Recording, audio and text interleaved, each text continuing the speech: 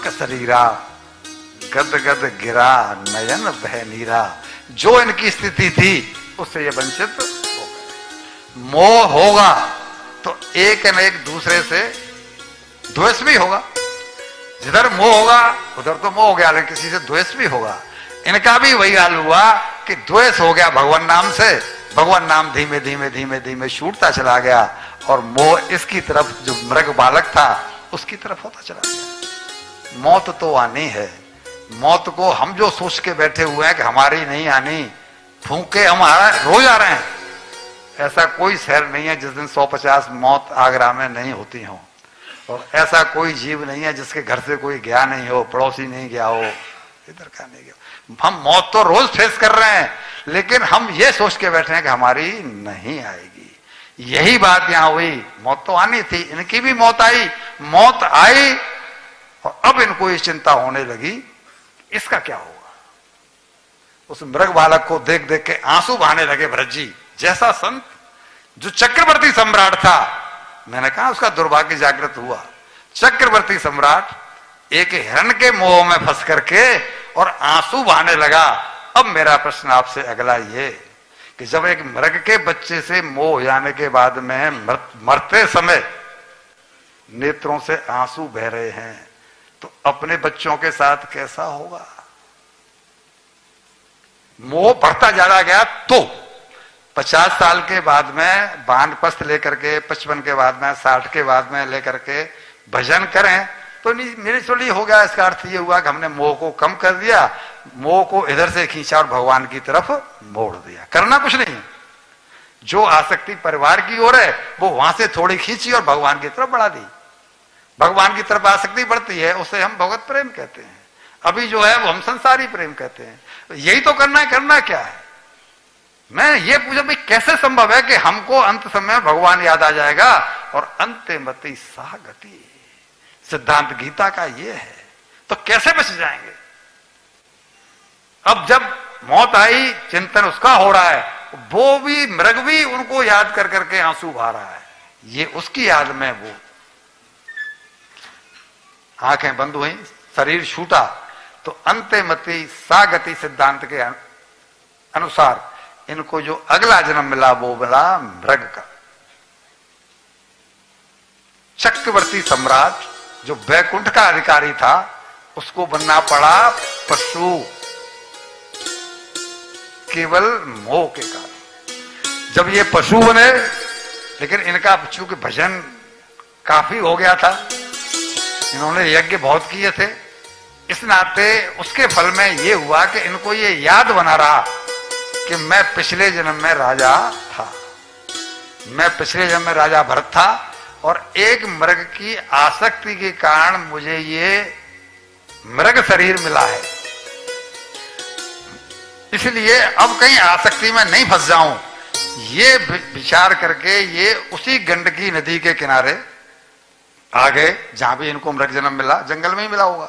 वहां आए और अपने शरीर को आधा पानी में डुबो करके आधा शरीर ऊपर, और केवल भोजन करने के लिए, मीन्स घास फूस खाने के लिए बाहर जाते थे, पर ना नदी में बैठे बैठे ही भगवान का भजन करते थे। मृग शरीर की जो भी उम्र हो, 10-20 साल वो करते रहे। अखंडानंद सरस्वती जी का नाम तो सबने सुना होगा, वृंदावन के महान संत हुए हैं। वो कहते थे ऐसे लोगों के लिए कि आए थे हरि भजन को और ओटन लगे हम भी इसी के लिए आए थे। अगर वो जो डिटेक्टर क्या कहते हैं उसे, याद के लिए अगर वो लगा दिया जाए तो वो यही कहेगा कि हाँ हम वादा करके आए भगवान से कि इस नरक में से निकालो, चाहे वो महिला हो या पुरुष हो, इस नरक में से निकालो। अब मैं गलती नहीं करूंगा या नहीं करूंगी, मैं आपका भजन करूंगा या करूंगी। लेकिन भूल गए। उन्होंने भी हुआ कि मैं भूल गया कि मैं किस लिए आया था वन में। अगर मुझे मोह में ही फंसना था तो मैंने राजपाट काहे को छोड़ा। घर में अपने बच्चे क्या कम थे, अपने नाती पोते क्या कम थे, हम 100 भाई थे। फिर मैंने ये क्यों किया? और जब गलती का एहसास हुआ तो आधा शरीर के हिसाब से डूबे रह करके और उन्होंने जो भजन किया तो वो शरीर भी छूटा।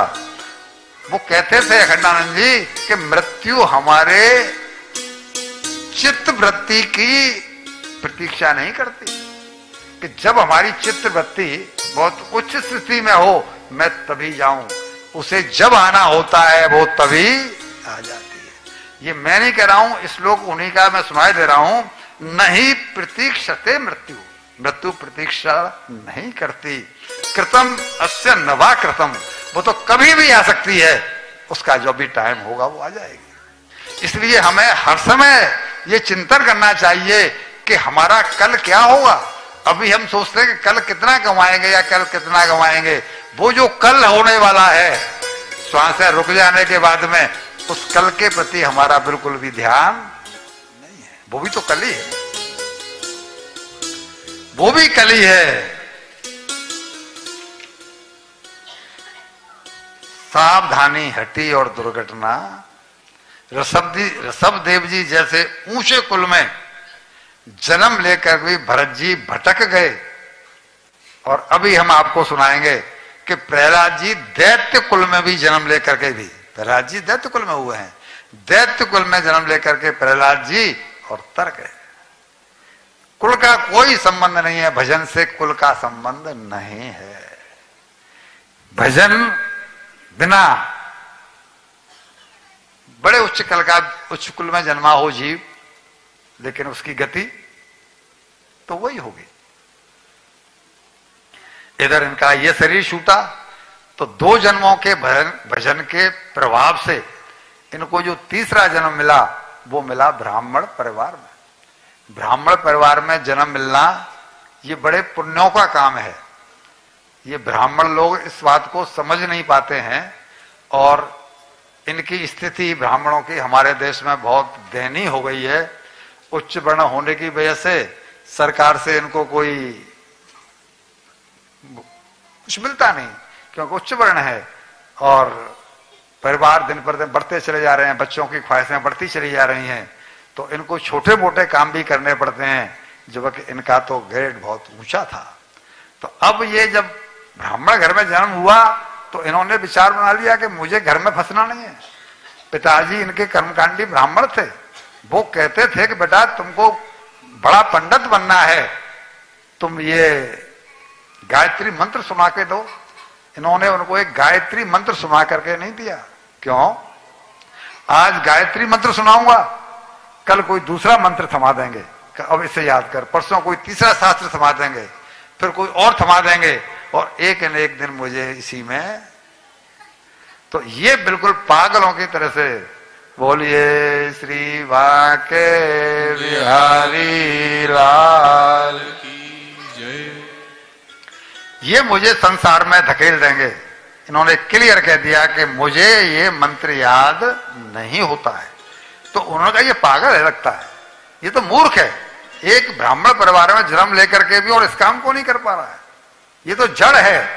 और जब घर में से ही नाम उनका जड़ रख दिया गया, मूर्ख रख दिया गया, मूर्ख रख दिया गया, तो बाहर वाले भी इनको जड़ भरत के नाम से पुकारने लगे। ये है विवेक। विवेक कह रहा है कि मेरे ये किस काम का, मैं पंडित बन गया, पंडिताई करने लगा, पैसा कमाने लगा, लेकिन मरना तो पड़ेगा, मरना पड़ेगा। क्यों? और इस बीच में अगर मैं मोह में फंस गया तो फिर चौपाया ही बनना पड़ेगा, क्योंकि मैं देख चुका हूं भजन मैंने नहीं किया, भजन मुझसे छूट गया तो चौपाया बनना पड़ा। वो कहते थे कि ये जो मेरी बात मुझे बता रहे हैं, शिक्षा दे रहे हैं, मैं इनकी क्यों मानूं, मैं वो करूं जो करना चाहिए। क्यों? कि पता नहीं कब मृत्यु आकर